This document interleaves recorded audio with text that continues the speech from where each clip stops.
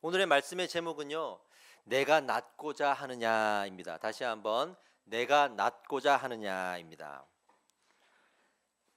오늘 본문의 말씀은 베데스다 연못에서 일어났던 기적의 사건으로 우리 성도님들이 오랫동안 신앙생활 하신 분들, 성경을 많이 읽어보신 분들은 너무나도 잘 알고 있는 유명한 예화의 말씀이죠. 예수 믿으면 육신의 병이 낫습니다 하는 그런 설교들이 많잖아요. 그리고 이 본문을 가지고 이렇게 우리의 병이 나을 수 있습니다라고 우리는 교훈을 얻습니다. 그런데 저는 과거에 이런 설교를 정말 싫어했던 사람이에요. 왜냐하면 육신의 병이 이 베데스다에서 나았던 병자처럼, 치료받았던 병자처럼 우리 예수의 이름으로 치료받을 수 있습니다라고 목사님이 설교하시는데, 설교하는 당신이 아프신 거예요. 당신도 아프신 거예요. 자기 병도 치료 못하는데 기적이 있다라고, 병이 나을 수 있다고 설교를 하시니까 제가 이해가 안 되는 거예요. 어린 마음에. 저 지금도 허리가 아픕니다. 근데 지금 이 설교를 하려고 합니다. 얼마나 민망하겠습니까? 근데 지금은 제가 담대하게 이 설교를 할 수가 있습니다. 왜냐하면 이 본문에 담겨 있는 의미가 무엇인지를 저는 너무나 잘 알고 있기 때문에 이제는 담대하게 설교할 수 있습니다. 여러분도 설교를 다 듣고 나시면 제가 왜 이렇게 아픈 중에도 담대하게 이 예화를 가지고, 이 비유를 가지고 설명할 수 있는지 여러분 아실 수가 있을 겁니다. 질문 하나 던져보겠습니다. 여러분은 기적을 믿으십니까? 믿으십니까? 물이 포도주 되는 걸 믿으십니까? 병이 낫는 걸 믿으십니까? 죽은 자가 살아나는 걸 믿으십니까? 정말 믿으십니까? 어떤 사람들은요, 지금도 이런 일들이 일어난다고 말합니다. 그래서 어떤 기적이 일어나면 그 기적이 무조건 하나님이 주신 기적이다라고 믿습니다. 그리고 그 기적을 행한 사람을 하나님이 보내신 사람이다라고 하면서 쫓아다닙니다. 그런데 또 어떤 사람들은 이제는 이런 일이 없다라고 말합니다. 사도행전 이후로는 성령의 역사가 이제는 끊어졌다라고 말합니다. 그래서 지금 일어나는 모든 기적적인 일들은 거짓이다, 이거는 사단이 역사한 거다라고 생각하고 거부하고 배척을 합니다. 이런 두 가지 의견 중에 우리는 어떤 의견을 따라야 할지, 이런 기적들을 어떻게 믿고 받아들여야 할지가 우리 신앙생활에 너무도 중요한 점이거든요. 그 점을 우리가 살펴본다는 거예요. 성경을 보니까 실제로 많은 기적들이 일어났습니다. 신약 시대에 또 구약 시대에 엄청난 기적들이 일어났습니다. 그리고 이 기적은 사실입니다. 이 기적은 역사적인 사실입니다. 그런데 이 기적을 좀 알아볼 필요가 있어요. 먼저 이 기적에는요, 아주 크게 나누면 두 가지 종류로 나눌 수가 있습니다.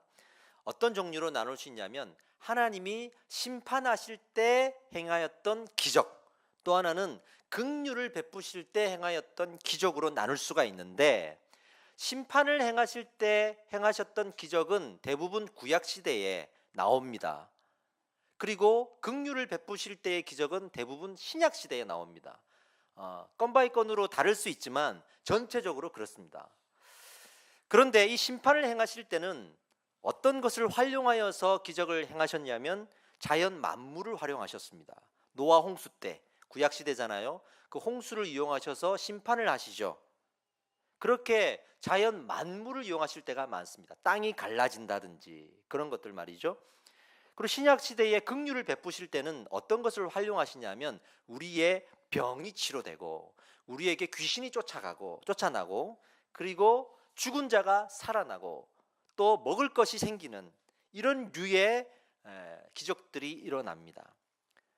자세히 보면 이 심판의 기적은 자연 만물을 이용하는데, 긍휼의 기적은 우리의 생활에 필요한 것들, 우리의 일상에 꼭 해결해야 될 우리의 문제들이 해결되는 것으로, 특히 우리의 육신과 관련되어 있는 것들이 대부분이거든요. 이런 특징들을 우리가 먼저 살펴볼 수가 있어요. 그리고 십자가 사건 이후에 지금은 그러면 어떤 시대겠습니까? 심판의 기적을 행하시는 시대입니까? 긍휼의 기적을 행하시던 시대입니까? 지금은 긍휼의 기적을 행하시는 시대와 가깝죠. 그렇죠? 지금도 병이 낫는 일이 있습니다. 지금도 귀신이 쫓아나고요. 지금도 그런 일들이 벌어집니다. 성경이 말하는 말하기로 그럼 미래에는 마지막 때는 어떤 기적이 일어날까요? 마지막 때는 심판의 시대죠. 그러니까 당연히 또 자연 만물을 활용한 기적들이 일어나겠죠. 마태복음 24장 7절에서 8절에 민족이 민족을, 나라가 나라를 대적하고 그리고 곳곳에서 기근과 지진이 있으리니 이 모든 것은 재난의 시작이라. 마지막 때에는 반드시 또 자연 만물이 활용되어지는 그런 기적들이 일어날 것입니다. 그러나 어찌됐든 지금은 긍휼의 시대라 긍휼의 기적들이 많이 일어나는 시대입니다. 이 중에서 오늘 우리는 긍휼의 시대에 일어나는 긍휼의 기적의 포인트를 맞추고 이 본문의 말씀을 볼 것입니다. 예수님 시대에는 긍휼의 시대였고 긍휼의 기적들이 많았다고 했습니다. 그럼 어떤 기적들이 많았을까요? 앞서 우리가 설명한 대로 질병이 치료되고 귀신이 떠나가고 먹을 것이 생기는 오병이어의 기적들이 신약 시대, 예수님 시대에 많았겠죠. 그리고 살펴보면 예수님이 행했던 기적들은 대부분 그런 것들입니다. 우리 삶에 꼭 필요한 것들, 하나님이 긍휼히 여기셔서 우리의 삶을 도우시고 그 필요를 채우시는 그런 류의 기적들이 많았다는 거죠.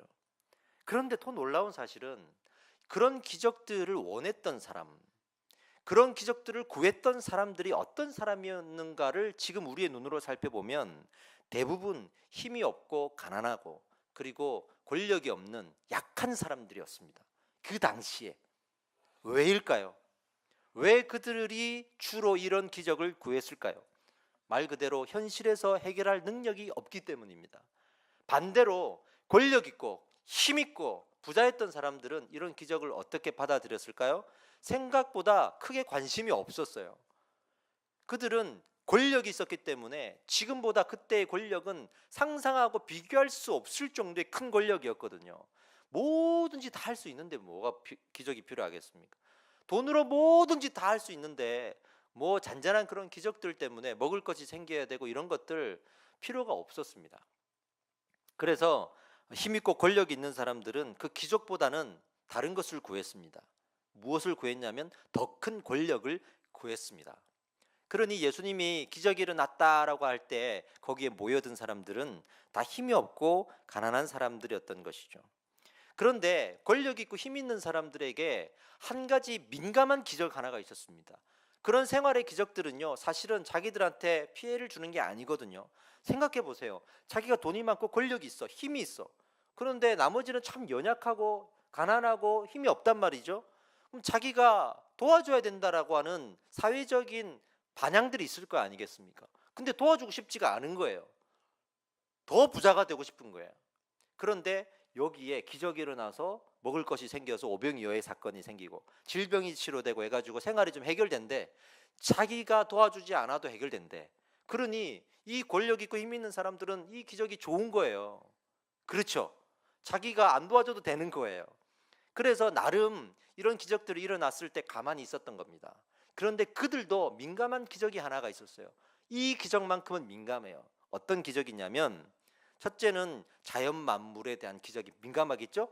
그런 재해들이 일어나면 안 되니까. 두 번째는 나라와 정치의 권력이 뒤집어지는 그런 기적들, 즉 메시아, 이 땅을 다스리는 새로운 왕이 나타났다. 이런 기적들에 대해서는 민감할 수밖에 없죠. 그런데 소문이 들리는 거예요. 메시아가 나타났다. 이 땅에 새로운 왕이 나타났다. 유대의 왕이다. 이런 사람의 출생에 대한 소문이 도니까 이 권력 있는 사람들이 민감해지는 거예요.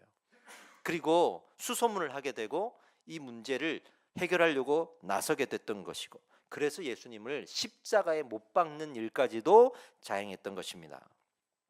이런 상황에서 예수님의 그 긍휼의 기적들은 많은 사람들에게 힘과 용기를 얻게 하는 그런 열매를 맺게 했죠. 그리고 오늘의 본문의 말씀을 보니까 이 본문에 나오는 베데스다 연못에 일어났던 일들도 많은 사람들한테 희망이 되고 소망이 되었던 그런 일들 중에 하나입니다. 단지 성경을 잘 살펴보면 한 가지 딱 질문이 생기는 것이, 신약 시대에 나타났던 그 긍휼의 기적, 우리 인간과 관련되어 있는 기적과는 예외로 마치 구약에나 있었던 기적 하나가 신약에 딱 튀어나온 것 같은 느낌이 드는 기적이에요. 왜냐하면 베데스다라는 연못이 있는데 그 연못에 들어가기만 하면 몸이 낫는다는 거예요. 그러니까 신약 시대에는 이런 자연 만물을 활용하는 기적들이 많지가 않아요. 지난주에 얘기했던 열매 없는 무화과 나무의 뿌리를 말리게 하신 그 저주는 그 심판의 저주 중에 하나잖아요. 그러니 자연 만물을 활용하신 거죠. 그런데 지금은 몸이 낫는 그런 긍휼의 기적인데 예수님을 통하거나 제자를 통하거나 사도를 통하거나 그런 게 아니라 자연 만물을 통해서 지금 기적이 행하여졌단 말이죠. 이건 마치 구약 시대에 나아만 장군이 이스라엘에 와서 그 물에 들어가서 몸을 씻었던, 그리고 병이 나았던 그 일을 연상케 되고, 그런 구약에나 있었던 일들이 지금 신약 한가운데 턱하니 이상하리만큼 예외적인 일들로 느껴지도록 지금 소개되고 있는 것처럼 우리가 느껴진단 말이에요. 그죠? 그리고 그 연못에 모인 사람들을 한번 봅시다. 어떤 사람들이 모였냐면 병자들이 모였다 그랬어요. 질병에 걸린 사람들, 그리고 당시에는 장애인 취급을 받으면서 비인격적인 대우를 받았던 사람들, 눈이 보이지 않거나 다리를 절거나 그리고 혈기가 마른 사람들이 모여들었다고 했습니다. 치료의 과정은 딱 두 가지입니다. 성경에 보니까 천사가 가끔 내려와서 물을 움직이게 한대요. 물을 동하게 한대요. 그러면 어떻게 되냐면 먼저 들어가는 사람에게 이 질병을 낫게 하는 기적이 일어나는 거예요. 이 아주 간단한 방법인데 좀 희한하지 않습니까? 그 천사가 어떤 천사길래, 하나님의 은혜라면 그냥 물에 들어가면 다 낫는 거지, 먼저 들어가는 사람만 낫는다? 이 좀 이상하잖아요. 천사가 가끔 내려온다? 신약 시대에 이런 기적들은 아주 예외적인 거거든요. 여기에서 의문을 품으셔야 됩니다. 그 천사가 누굴까? 이 기적은 과연 하나님 주신 기적일까? 여러분 의문을 품으셔야 됩니다. 그리고 저를 따라오십시오. 베데스다 연못에 대해서 한번 알아봅시다. 사실은 연못이 아니고요, 물 저장고였습니다. 지금도 물 저장하는 곳이 있잖아요. 그러니까 얼핏 보면 연못 같죠. 그러나 이 물 저장고가 크니까 연못 같지만 아니었습니다. 당시에는요, 그런 물 저장고가 여러 곳에 있었는데 특히 이 베데스다 연못이라고 불려지는 이곳은 병원이 밀집되어져 있는 장소거든요. 그러니까 병원에서 언제 물이 필요하냐면 수술할 때, 환자를 치료할 때 물이 필요하니까 그 공동으로 물을 저장소를 만들어서 그 물을 활용했던 곳이에요. 그러니까 신성한 물이라는 인식들이 있겠죠. 그래서 이 베데스다의 연못의 베데스다의 이름의 뜻은 자비의 집이라는 뜻입니다. 자, 그렇다면 이 베데스다 연못에, 이 자비의 집이라는 이곳은 하나님의 은혜가 있다? 천사가 내려오니까, 먼저 들어가는 사람은 치료를 받으니까, 그러니까 하나님의 자비가 있다라는 의미로 그렇게 이름을 지었을까요? 자, 이제부터 제가 조금씩 풀어드리겠습니다. 아닙니다. 상관이 없는 내용입니다. 당시에 이 자비는요, 어디와 연결되냐면 그리스 로마 신화에 나오는 의술의 신이 있어요. 그게 에스클리피우스라는 신인데요, 요즘에도 병원 의료용품에 보면 상징처럼 맨날 그림처럼 옆에 나오는 그림이 있는데, 지팡이에 뱀이 이렇게 꼬아서 올라가는 듯한 그런 형상의 그림들이 의료용품에 많이 있어요. 그 형상이 뭐냐면 에스클리피우스의 지팡이라고 합니다. 그래서 의술의 신의 상징이죠. 그런데 고고학자들이 이 베데스다의 지역을 살피다가 무엇을 발견하게 됐냐면 이 에스클리피우스의 신상의 일부를 발견한 거예요. 그러니까 이 연못을 처음 물 저장고를 만들 때 그들의 신앙은 하나님에 대한 신앙이 아니라 그 의술의 신을 따르는 신앙으로 만든 것이고, 그래서 그 의술의 신이 우리에게 이 물을 통해 자비를 준다 해서 자비의 집 베데스다의 연못이라고 이름을 지었던 것입니다. 그렇다면 이 천사는 과연 누구일까요? 우리는 흔히 하나님의 천사라고 알고 있지만 이것 또한 잘못된 해석입니다. 사실은 천사가 아니라 신화에 나오는, 그리스 로마 신화에 나오는 엥겔로스라고 하는 말씀, 즉 메시지를 전달하는 자, 신이 보낸 사람이라고 해석을 해야 합니다. 왜냐하면 성경을 자세히 보세요. 3절과 4절 사이에 괄호가 있죠. 대괄호라고 하는데 괄호가 처리되어 있죠. 이 괄호에 해당되는 부분은 성경 원본인 사본에, 원본으로 여겨지는 사본에 없는 내용입니다. 그래서 괄호 처리를 해놓은 것이고요. 이 베데스다의 연못의 일에 대한 추가적인 설명을 하기 위해서 그리스 로마 신화에 있는 그 내용, 그 역사에 나와 있는 내용을 옮겨다가 적어 놓은 겁니다. 그래서 전통적인 그리고 아주 보수적인 신학 성경 그리고 추석에도 보면 이 괄호 안에 있는 내용은 성경의 일부로 생각해서는 안 된다라고까지 설명이 되어 있어요. 그렇다면 이 천사는 하나님이 보내신 천사가 아니라 그리스 로마의 신화에 나오는 그들이 말하는 또 다른 천사였던 것이죠. 그러니까 어찌됐든 그 물이 움직일 때 들어가면 몸이 낫는데 그 움직이는 게 누구일까 생각하다가 그 의술의 신 로마 신화에 나오는 그런 천사가 아닐까 생각해서 그들은 그렇게 생각하고 역사를 기록해 갔던 것이죠. 그렇다 그러면 이 베데스다 연못의 기적이 실제로 있었는지 없었는지는 우리가 알지 못해요. 그러나 사람들은 그렇게 믿고 먼저 들어갔단 말이죠. 그 자리에 예수님이 지금 오셨으니 예수님은 이 기적과는 상관이 없는 겁니다. 상관이 없는 겁니다. 그리고 예수님께서 지금 어디에 관심이 있는지, 성경은 어디에 관심이 있는지를 다시 보십시오. 이 성경은요, 이 이야기를 써내려가면서 연못에 먼저 들어갔던 사람이 있을 거 아니겠습니까? 거기에 전혀 관심이 없어요. 연못에 들어가서 치료받은 사람을 소개해 주지 않아요. 전혀 관심이 없어요. 성경은 예수님의 시선에 관심이 있는데 예수님의 시선은 지금 어디로 가 있냐면 38년 동안 병들어서 치료받지 못하고 있었던 한 병자에게 시선을 맞추고 있어요. 이것이 아주 중요한 포인트입니다. 이 사람은요, 연못이 움직일 때 먼저 들어가야 되는데 그나마 여기까지 올 수 있을 정도로 뭔가 사람들의 도움을 받아서 이렇게 와야 되는데 자기 혼자 지금 왔다는 그 문맥상의 추측이 지금 돼요. 자기 혼자 어떻게든 움직여서 왔는데 먼저 들어갈 수 있는 스피드는 없는 거예요 지금. 그러니까 이런 주석 성경에 보면 이 사람의 병을 중풍병자라고 추측을 합니다. 이 중풍병에 걸린 사람이 여기까지는 왔는데 기다렸다가 요시 땅 하면 들어가야 되는데 그걸 못하는 거예요 지금. 근데 예수님이 그에게 관심을 가지시고 병이 오래된 줄 아시고 말씀을 건넸습니다. 아마도 잘못된 신앙을 가지고 기적을 요청하는 사람들 사이에 오셔서 진정한 기적이 무엇인가를 알려주고자 했던 것이 아닌가 그렇게 생각이 듭니다. 그리고 그 38년 된 병자에게 뭐라고 질문하셨냐면 내가 낫고자 하느냐라고 물으신 거예요. 그러니 나를 저기에 먼저 넣어줄 사람이 없어서 치료를 못 받고 있습니다라고 하는 그런 이야기를 듣고 어떻게 하시죠? 말씀으로 치료하십니다. 할렐루야죠. 물이 아니라 말씀으로 치료하십니다. 그리고는 이제 네가 치료를 받았으니 너 구원받았다 이런 식으로 좀 설명도 해주면 좋으실 텐데 군중 속에서 사라집니다. 그래서 사람들이 와서 누가 치료했냐 이랬더니 누군지를 알지 못하는 거예요. 그분이 누군지를 알지 못하는 거예요. 이유가 다 있습니다. 사라지신 이유가 있습니다. 예수님은요 이 기적 자체에 관심을 가지라고 우리에게 말하지 않습니다. 기적의 결과를 맛보았으니 너는 구원을 받았다라고 말한 적이 없습니다. 성경은 그렇게 말하지 않습니다. 그 기적의 주인이 누군지를 보게 하십니다. 그 기적의 주인이 누군지를 고백하고 밝혀내는데 관심이 있습니다.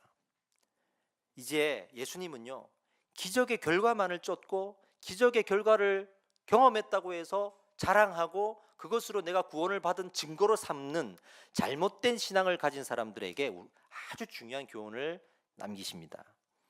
예수님이 병을 고칠 때마다 어떤 말씀을 하셨죠? 잘 생각해 보세요. 아무에게도 알리지 마라 이렇게 말했습니다. 아무에게도 알리지 말라.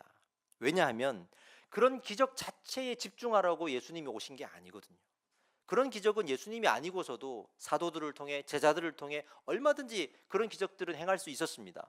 그러니 기적은 존재하고 긍휼히 여기셔서 우리를 도와주시고 기적을 행하여 주셨지만 그 기적 자체에 우리의 집중이 되도록 하지 않으신단 말이에요. 그러니 아무에게도 알리지 말라. 예수님은요 기적을 위해 오신 게 아닙니다. 기적의 주인이 누구신지를 우리는 제대로 알아야 됩니다. 긍휼로 기적을 행하셨지만 그 기적으로 구원을 행하시는 분이 아니십니다. 그러면 왜 십자가에 못 박혀 죽으셨겠어요? 왜 그런 고난의 길을 스스로 애써 그런 과정을 걸으셨겠냐 말이에요. 기적으로 구원을 얻게 하실 분이 아니었습니다. 그러면 구원은 무엇으로 받습니까? 구원은 무엇을 얻을 수 있습니까? 따라합시다. 신앙 고백. 신앙 고백. 오직 구원은 신앙의 고백으로 얻어질 수 있어요. 그러니까 이런 거죠. 내가 기적을 경험했어, 그러니 나는 구원받았어가 아니라 기적을 경험하든 안 하든 이것이 어떤 유용한 도구가 되어서 결국 맺어야 될 열매는 나는 예수님을 만났어, 예수님이 나의 구원자이셔 라는 고백이 나와야 되는 거야. 할렐루야. 이 고백을 받으시기 위해서 긍휼을 베푸시면서 우리에게 말씀하시는 거예요. 우리에게 말씀하시는 거예요. 정말 우리는 그 결과에 너무 집착하는 것 같아요. 내가 은혜 받았을 때 어떤 기적적인 체험을 한 것만 자꾸만 얘기하는데 내가 지금 무슨 고백을 하나님 앞에 드리고 있는지가 너무나 중요한 거예요. 그 베데스다 연못에 들어갔다가 나와서 병이 치료된 사람이 있다 할지라도 예수님을 향한 고백이 없으면 병은 치료된 줄 모르겠지만 구원을 받은 것과는 상관이 없는 거거든요. 그러니 무조건 기적은 하나님의 기적이다라고 생각하는 것도 어리석은 것이고, 기적을 경험했다고 이것이 구원의 증거다라고 말하는 것도 어리석은 것입니다. 그러면 어떻게 된 거죠? 질문 하나가 나오죠. 성경에 보면 네가 구원받았다라고 하는 구절들이 여러 군데 나오는데 그거 전부 다 병이 치료되고 할 때, 그럴 때 또 나온 말씀들도 있거든요. 그건 뭡니까? 라고 말하는데, 개혁주의 신학자이죠, R.C. 스프루이라는 사람이 구원의 의미라는 책을 썼습니다. 거기에 보면 성경에, 신약 성경에 나오는 구원이라는 단어가 모두 교리적인 구원을 말하는 것은 아니다라고 설명해 주고 있습니다. 그러면서 어떻게 설명하냐면, 구원이라는 단어의 원래 뜻은요, 전쟁의 포로가 되었을 때 아군이 와가지고 포로에서 구원해 주는 것을 구원이라 그럽니다. 그러니까 무조건 교리적인 구원을 말하는 단어는 아닌 거예요. 또 하나의 예를 들어보겠습니다. 권투 시합을 하는데 막 두드려 맞아요. 지금 두드려 맞아고 KO 직전에 있어. 지금 조금만 더 두드려 맞으면 이제 다운돼서 못 일어날 것 같아. 근데 그때 종이 땡땡땡땡 울려가지고 라운드가 끝난 거예요. 그때 사람들은 뭐라 그러죠?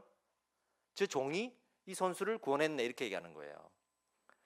야구를 하는데 9회 말에 구원투수가 나왔어요. 구원투수가 나왔습니다. 그래서 그 구원투수가 이 팀을 구원해 주는 건 아니잖아요. 그죠? 그냥 경기 시합에 도움이 되고 경기를 살려주고 경기를 역전시켜주고 경기를 이기게 해주는 사람이 나왔다, 그것 뜻은 아니겠습니까? 위기에서 구출한다 이거예요. 그러니 병에서 나았다는 것도 그 당시에는 구원이에요. 모든 단어가 교리적인 구원을 말하고 있지 않다라고 설명을 합니다. 그리고 그렇게 보면 이제 답이 풀리기 시작하는데, 예수님이 이제는 마침표를 딱 찍기 위해서 이 애매한 상황을 마무리하기 위해서 이 병자를 다시 만납니다. 다시 만납니다. 그래서 14절과 15절에 이렇게 기록이 되어 있습니다. 그 후에 예수께서 성전에서 그 사람을 만나 이르시되, 보라, 내가 나았으니 더 심한 것이 생기지 않게, 잘 들으세요, 다시는 죄를 범하지 말라 하시니, 그 사람이 유대인들에게 가서 자기를 고친 이는 누구라? 예수라 하니라. 할렐루야. 그러니까 진짜 예수님이 하고 싶었던 말이 여기 나오는 거예요. 구원은요, 나의 죄가 해결되어야만 구원받을 수 있습니다. 그 죄는 예수님만 해결하실 수 있습니다. 그러니까 지금 육적인 질병을 치료한 것보다 더 중요한 것은 그의 영혼이 회복되는 거예요. 영혼이 구원받는 거예요. 그러니 죄 이야기를 하면서 다시는 그 죄를 범하지 말라, 이걸 잘 해석해보고 원어적으로 뽑아보면, 너의 죄의 문제를 내가 같이 해결해 줄 테니까 그 해결된 문제를 다시 반복해서 짓지 말라고 하신 겁니다. 그러니까 이 영혼의 구원함을 지금 언급하신 거예요.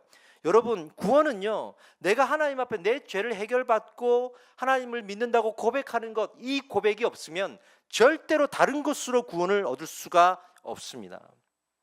기적도 그렇게 우리가 하나님을 고백하게 하기 위한 하나의 도구이죠. 하나의 통로이죠. 그것 자체가 구원의 증거는 아니라는 거예요. 근데 이런 일들이 우리 주변에 참 많죠.